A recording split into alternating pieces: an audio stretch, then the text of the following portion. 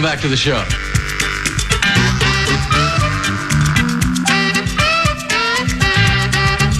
Stop it! So you're telling me there's a chance? How you doing? You gotta be raping me! From mediocre to miraculous. Man, Pierre is silly, man. 9 to noon. 9 to noon. 9 to noon. Good stuff.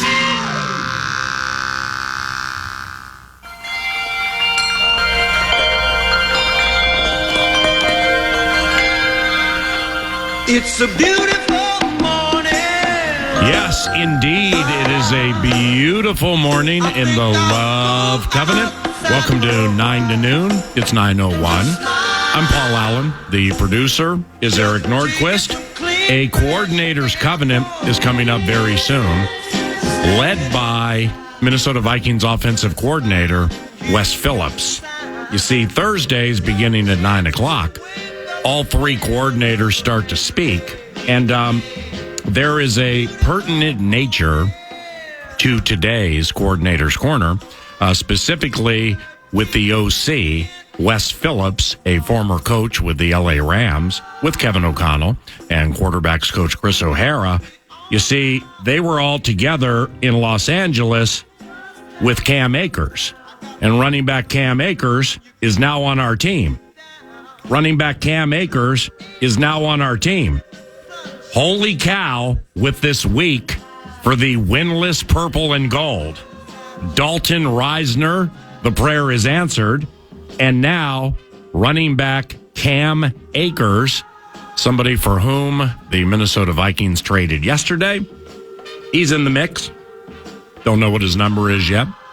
There are those within the Twin Cities Orthopedics Performance Center covenant, outside of maybe new equipment boss Mike Parson, who have no idea what Cam Akers' number is going to be.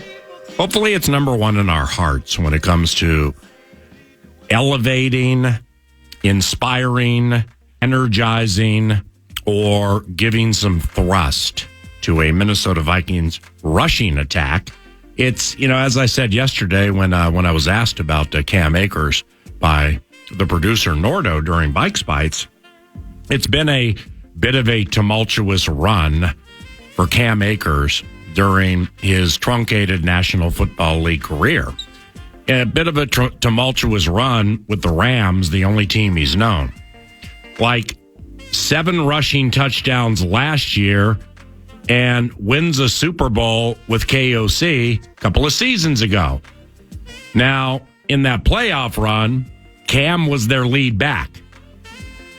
In that playoff run in the second game after they dusted Kyler throwing punts and pick sixes, Cam Akers lost 2 fumbles at Tampa Bay, at Raymond James in the divisional round, and because of it, Brady and the Bucs almost came back and beat the LA Rams. So now, what's next for Cam? Well, his touches went down about 65% the next several games in the postseason, including in the Super Bowl. Now, Cam Akers, Wes Phillips, offensive coordinator. Here we go. He's tough. He's on Cam Akers, a hard runner. He's a physical runner. He's got good hands. Really enjoyed my time with Cam, and for him right now, he's stepping into the building today. So, kind of see where he's at, and obviously. Some of the terminology will be the same for him, which is nice, but there'll be other things that, details and things that we've changed since we've been with him that he's going to have to pick up on. But just excited to bring, a guy that we have familiarity with and a guy that is a talented guy into the building and just see where he's at. You think that crossover will help, and how realistic is it for him to be ready for Sunday?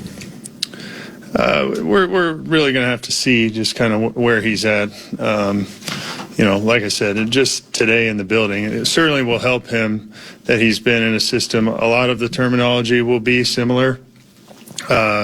And protection-wise, most of it will be very similar, which is always a big thing for running backs, being able to trust a guy to put him in the game and know his blitz pickups, all those types of things. But, we'll just see where he's at. What about his skill set will be unique to the room that you guys didn't have before? I think each back has their own little kind of style. And I wouldn't say necessarily that each guy's, they all have something about them. Without comparisons, I would just say, like I said, he's a downhill runner. He's a physical back. He's got good quickness. He's proven that he can catch the ball, not just in the short to intermediate, but he's caught some balls down the field, really using his hands. We're just excited to have him in here. To what extent does bringing him in reflect your or the larger coaching staff building's assessment of the running back position? Like, how did you guys need help? What was the sort of impetus there? Yeah, I wouldn't really say that. For the most part, we're always trying to look to add talent to the roster. And Cam's a guy that we feel like can do that for us. So no really indication of anything that's going on, except for we're always going to try to add good players. Just to be blunt, does that Alexander Madison still remains the top back in all regards? Well, I always let Kevin talk about like starters and all those types of things, but we haven't lost confidence in Alex Madison. Okay, I will say that. Unfortunately, we've had a couple turnovers in the run game where we obviously need to clean that up. Everyone's aware of that. But we still feel very strongly in Alex, in Ty, in those guys being able to go in and produce. And we know we have to be better in the run game, and a lot of that starts with us and then with the players fundamentally. Okay, all those things we've addressed, and from what I saw yesterday in the first practice, I think it will improve dramatically. How is Cam's ball security? So he had 2 fumbles last year, but quite a few carries, I guess. Well, every back, it's a one play thing. You got to protect it every time.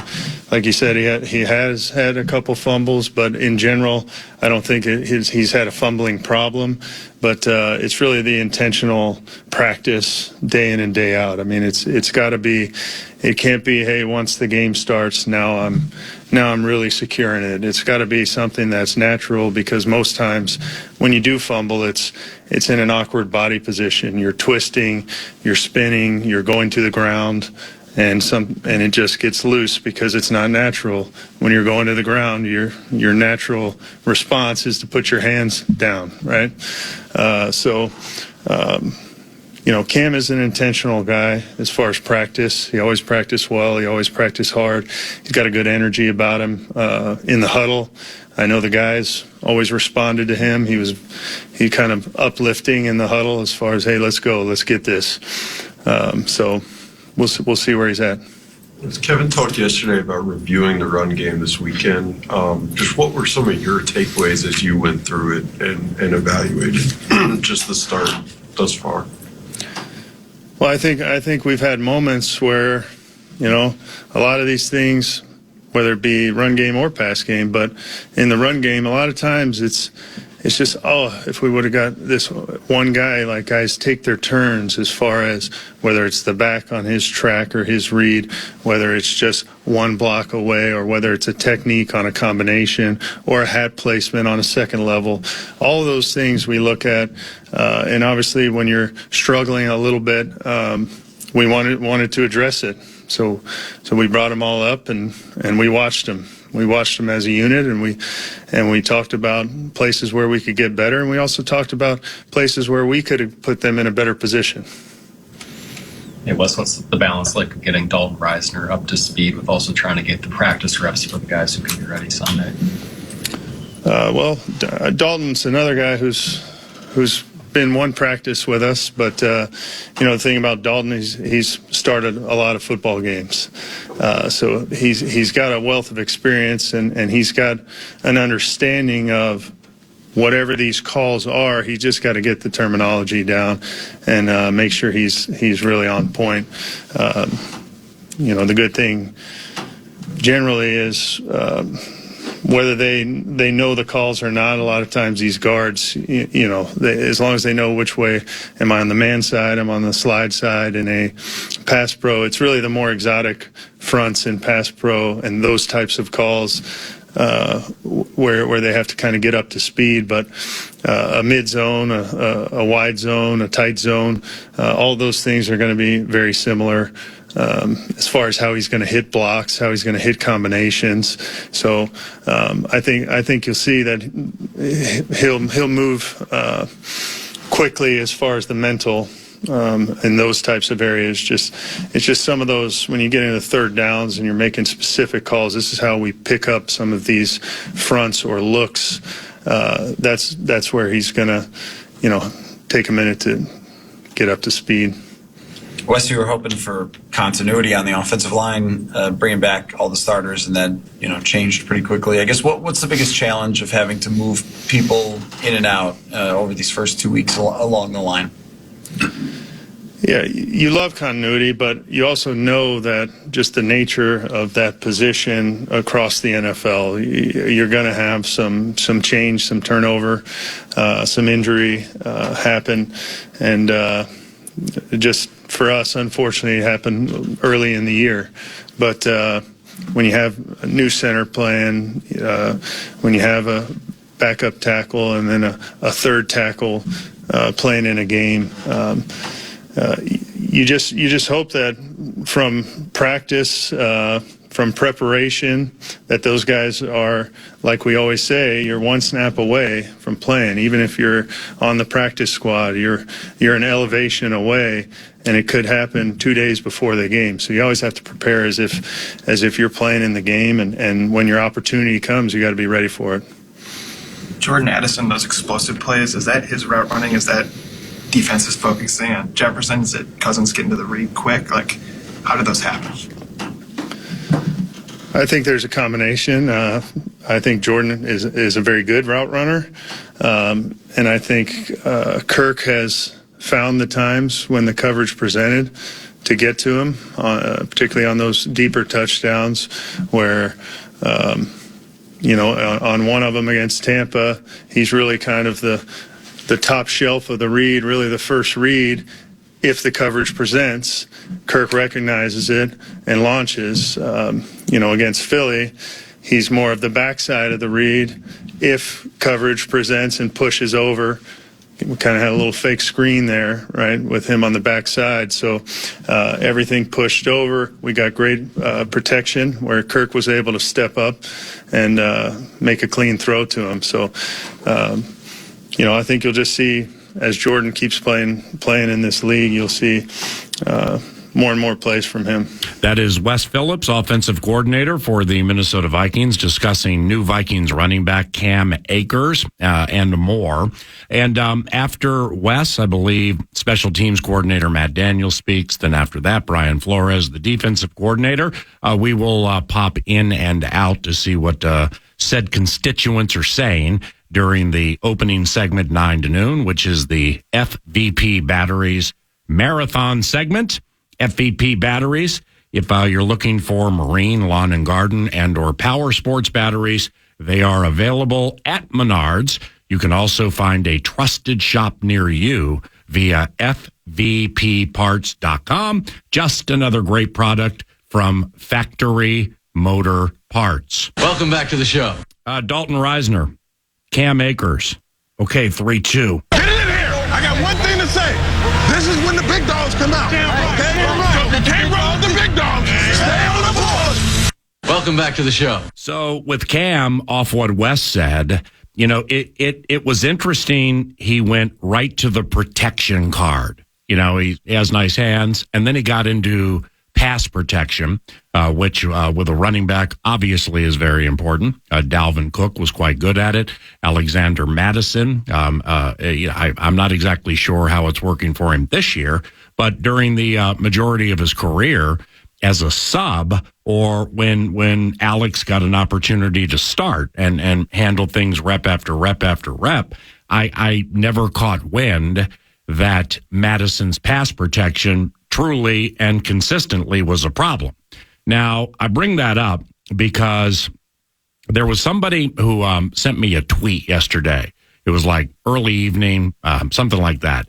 And it had numbers and scenarios that were delivered by, analyzed by, and are unto Pro Football Focus. Are you referring to Scott Beatty, the Twitter account that sent you those numbers? Give it to me. Scott Beatty via Twitter.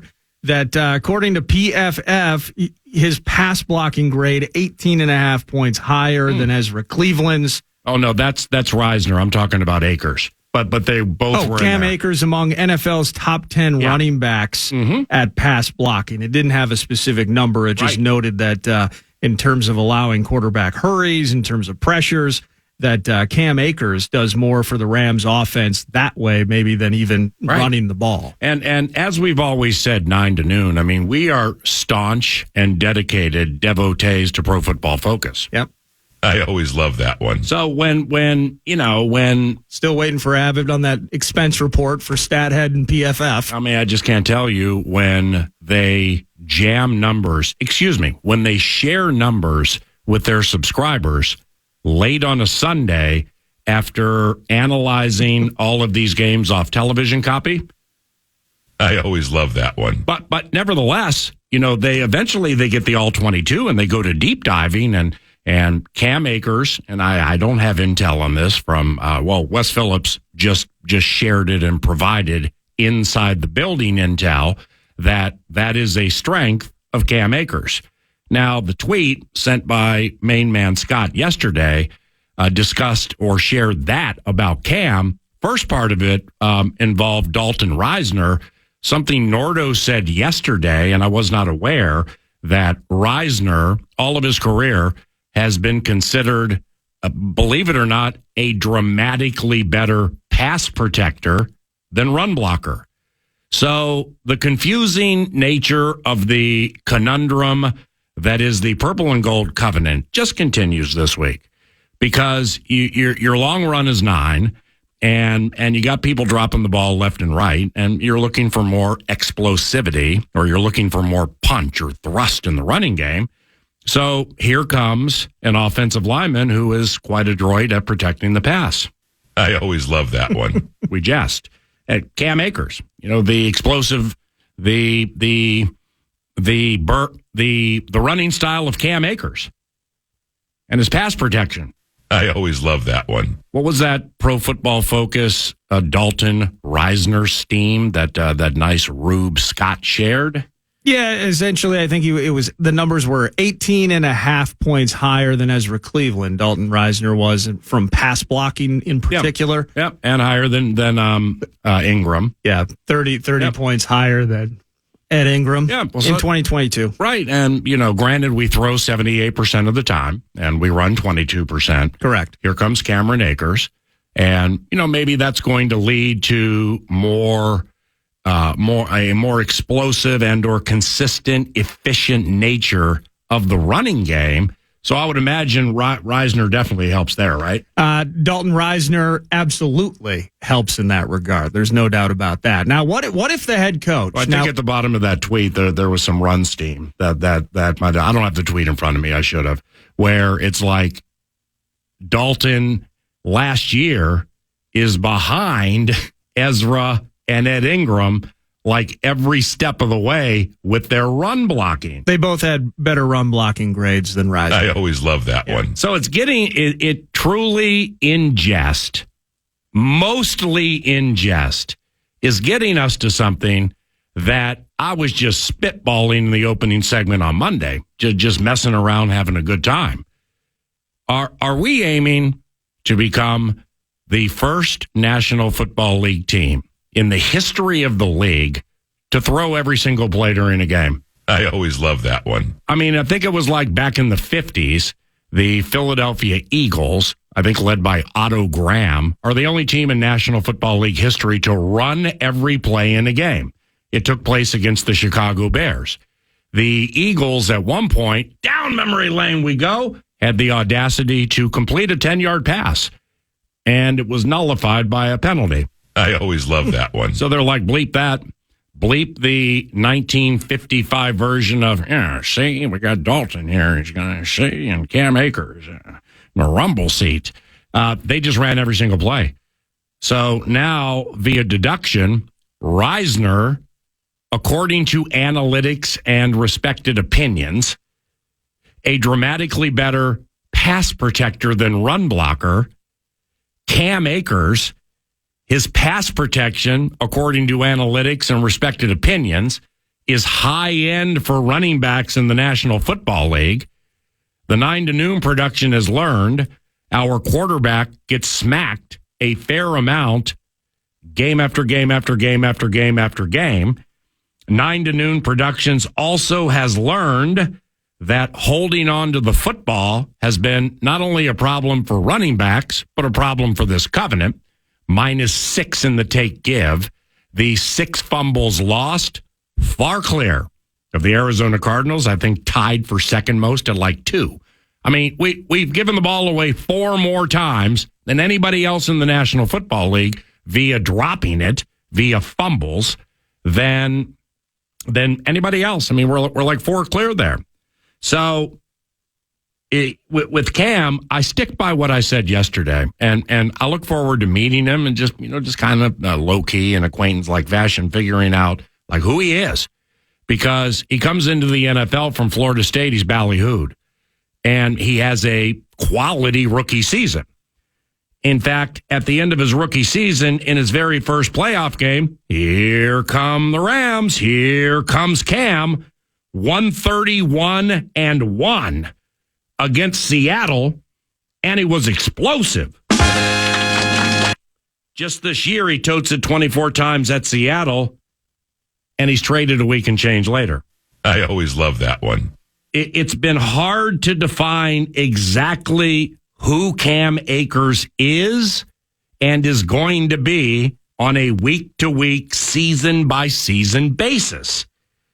Yeah, that tweet where, I mean, he's in the upper echelon of pass protection for the Rams. Okay, that absolutely plays into this.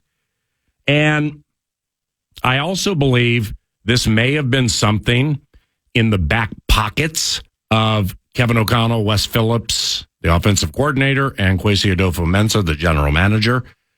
Maybe Tuesday, but I think all of this went to bubbling and went to boiling off a simmer yesterday.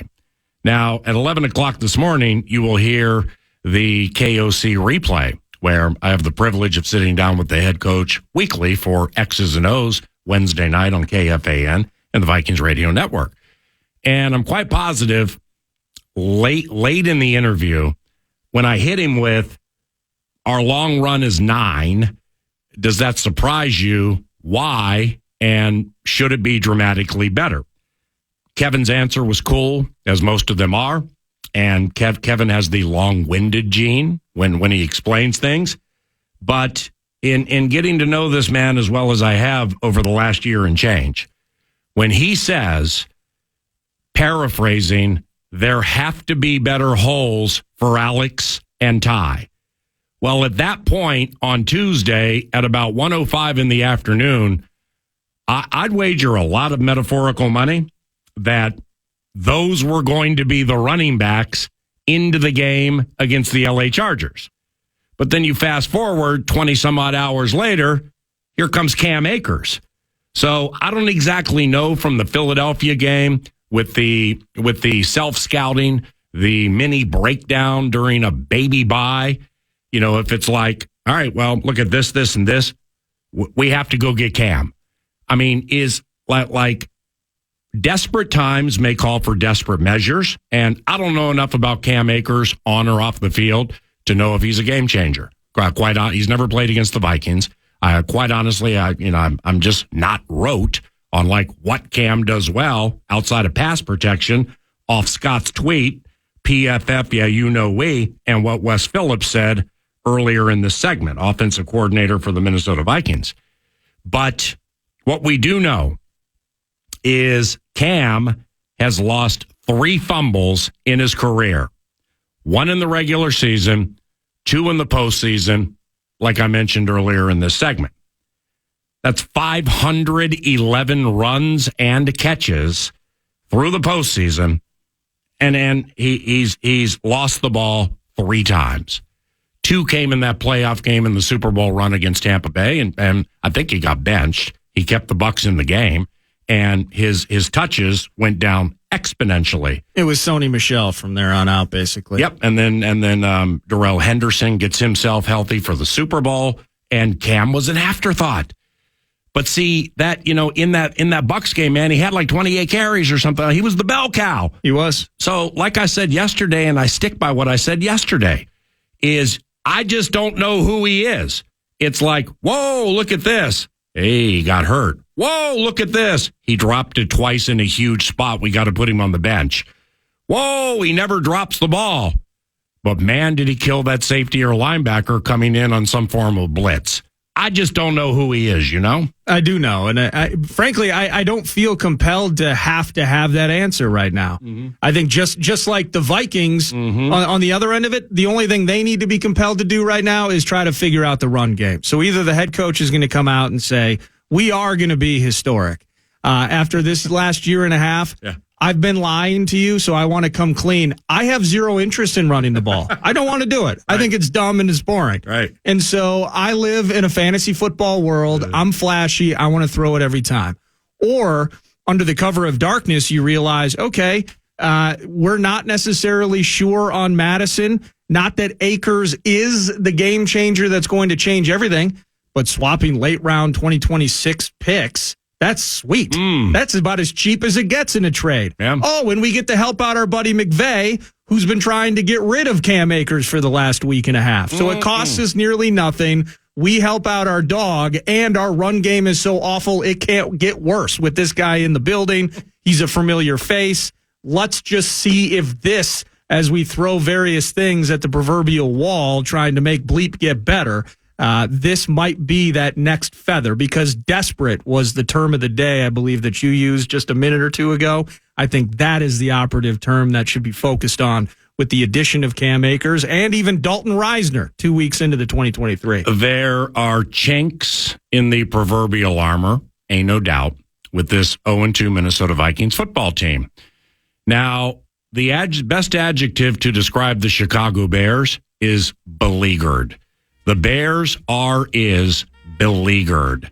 Dan Wiederer, who used to cover the Minnesota Vikings back in the day, covers the Chicago Bears for the Chicago Tribune. He's around the corner, much more on Akers and the potentially desperate nature of what's transpiring this week at TCOPC. We with Nacho Lieber, out 35 minutes from now.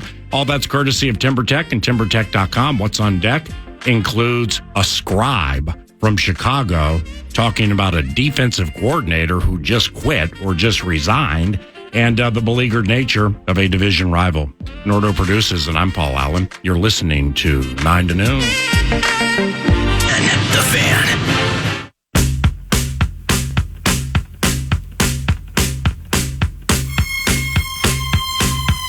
I don't think it's too many coaching voices, but I just think when you're fed a lot of information at a point in time and trying to think about that info, like when you're playing, it doesn't let you play like yourself. You're trying to process so much information to where it's like, if I just simplified in my mind, I would have did this. Like, I saw a few plays on Sunday to where I was playing like my old self, like we would have had a positive play, like there would have been, a few more third down conversions. So I think that's the biggest thing for me is just, playing the game how I know how to play it, how I've been playing it my whole life. So that's what I got to get back to doing.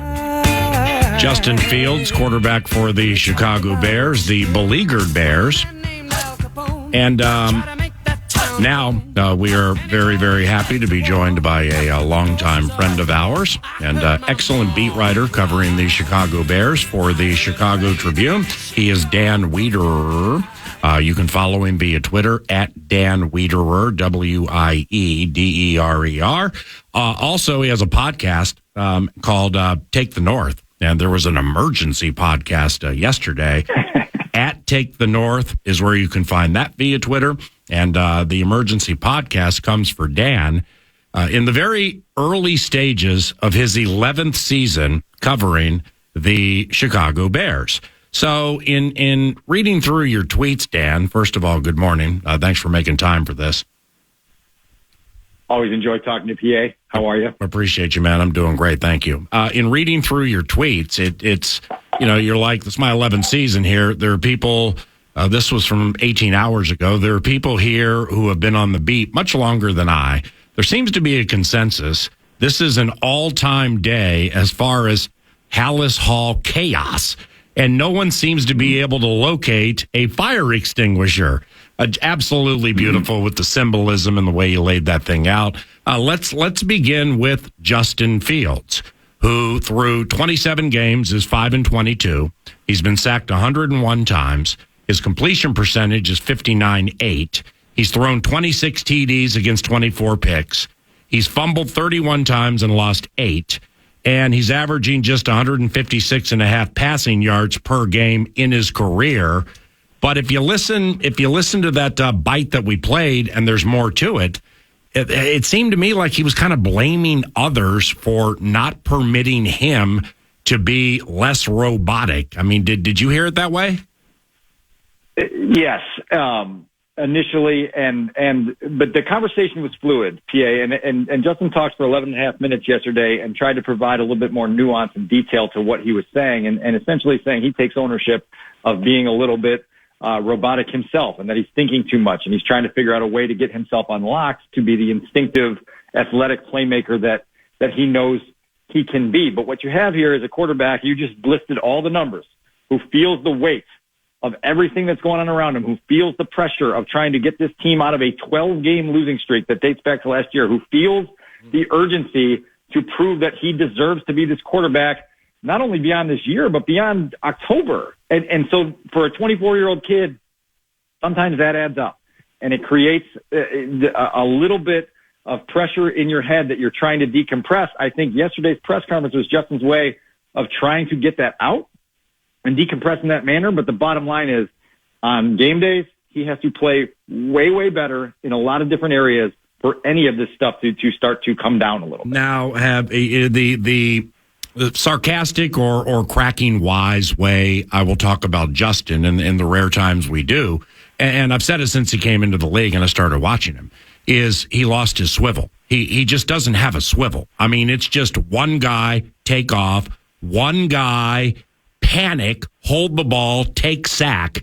I just do maybe at this stage of his career, because you obviously watch it markedly more than us, does he scan the field ever and go like first read, second read, third read? All right, boom, there we go, first down. At times. And if you go back to Sunday in Tampa, on the opening drive of the game, they go right down the field for a touchdown. And there's a couple throws in there where you just sit in the press box watching it and go, boom. Yeah. That is what it's supposed to look like. You went out and got DJ Moore. First play of the game, you hit him for 33 yards with a decisive see-it-and-rip-it throw. A couple plays later on the drive, there's a blitz coming. You get it picked up, and in the face of pressure, you hit DJ Moore again for 31. And just a couple minutes later, you're in the end zone. And that's what it's supposed to look like. And this coaching staff is trying to show Justin a path to going to the next level as an NFL quarterback. We know what he did late last October and into November and the records he set as a rushing quarterback. They are trying to get him to understand that if we want to have any level of sustainable success in the National Football League, you have to add things to your game. Defenses have adjusted to how they're playing us. Defenses are playing more zone. They're going to keep their eyes on you, and those scrambles that went for 62 yards a year ago are going to go for 7 this year. So we have to have some counterpunch. We have to have some chess move we can make that can come back at them. They haven't been able to get there. And to your direct question about Justin scanning the field, I think he's trying right now, and he's not succeeding, and it's frustrating him because he knows what he's seeing. He knows how he's supposed to react to what he's seeing, but he's not reacting fast enough. As you know, PA, in this league, if you're a beat slow, the whole play engulfs you and you're dead. And that's what's been happening, and that's where the Bears are right now. So Justin is the A topic with the beleaguered part of describing the Bears. And, I mean, if the team continues to lose games, and I don't know, man, say at the end of the year they win 2, 3, or 4, and they have a super high draft pick, well, they absolutely correct, a potential mistake from X amount of years ago by taking one of these nice quarterbacks, right? Don't forget, they also have the Carolina Panthers #1 pick as well. So every single weekend, people in Chicago are rooting for the Panthers to lose, because the higher that pick is, the more draft currency you have, right? Yeah. And the draft currency may never be more important than it is next spring with this quarterback draft class, PA. And so this is what this year is about. It's trying to figure out, and Ryan Poles said it last spring, that this is about finding out who Justin is as a quarterback. And when you get those answers, you have to react on those answers.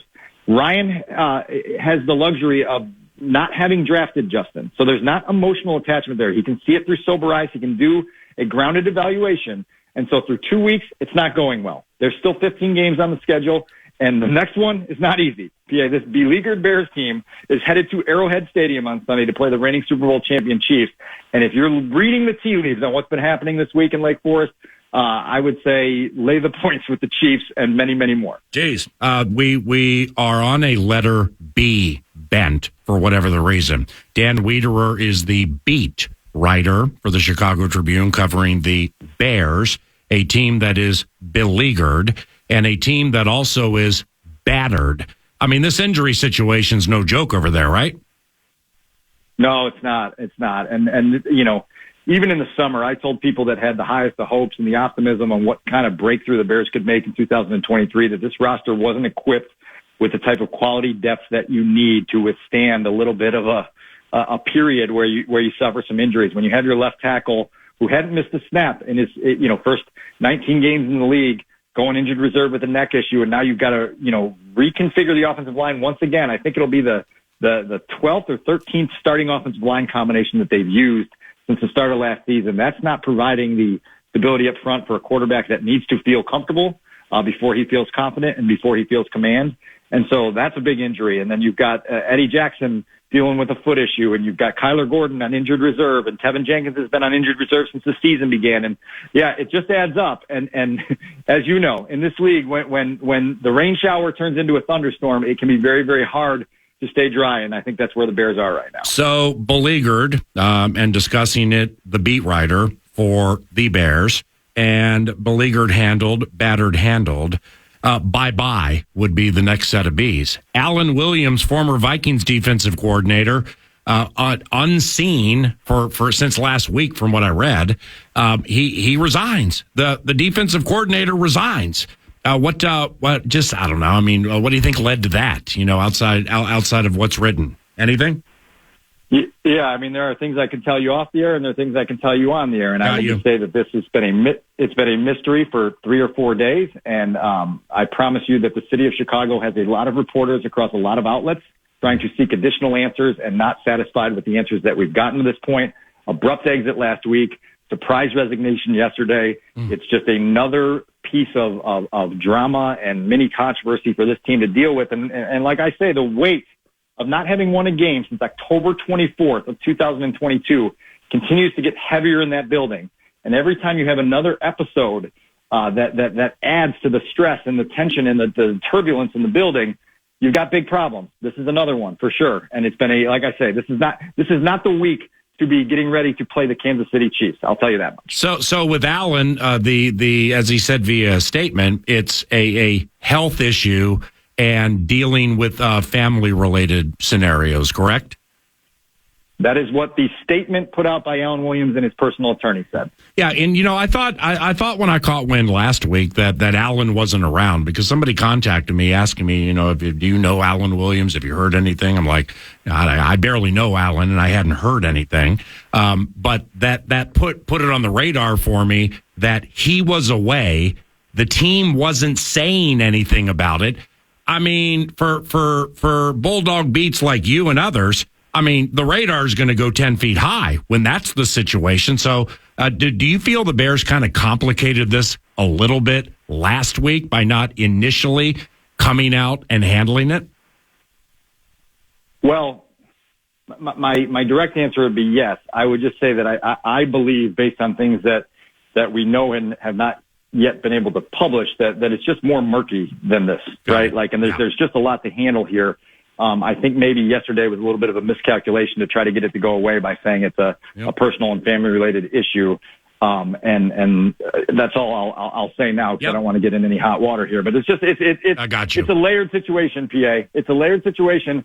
And they're going to have to be very savvy in staying out in front of it and making sure that this doesn't become another one of those grease fires that then has the potential to burn down an entire wing of the building. Yep. And just think back to preseason, man. I think it was that first preseason game. Like, screen right, DJ Moore. There he goes, 60 and change. Screen left, I think it was Khalil Herbert, or somebody. Yep. And then he tears away. So, I mean, it was like the start was ballyhooed. Granted, it's preseason, but Bears fans were like, okay, maybe Justin's leap that he's taken has been exponential. We love having DJ. We got Darnell, and he's untapped. Cole Kmet's pretty good. And Montgomery leaves and pulls the sled for the Lions now. So we got Herbert and this nice rookie. I think his last name Johnson, like Rashawn Johnson or something.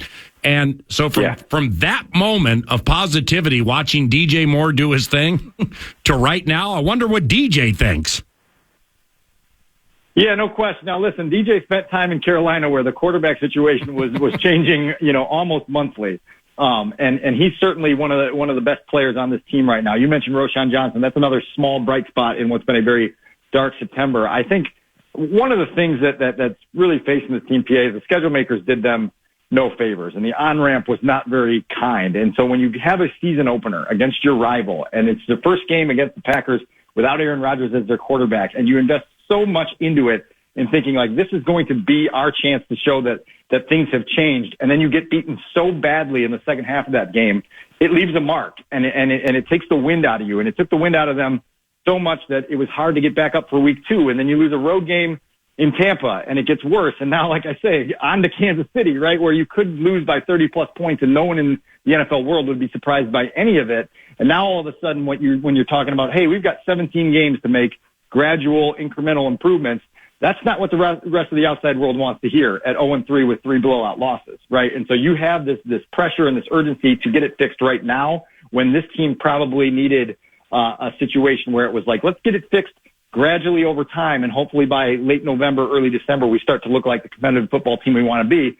The NFL life comes at you fast, and it's coming at the Bears really, really fast, and they are, in your words, beleaguered. All right, Dan, last one, and it's outside of the Bears covenant, but it plays into the letter B bent. It's the Bucs and Baker.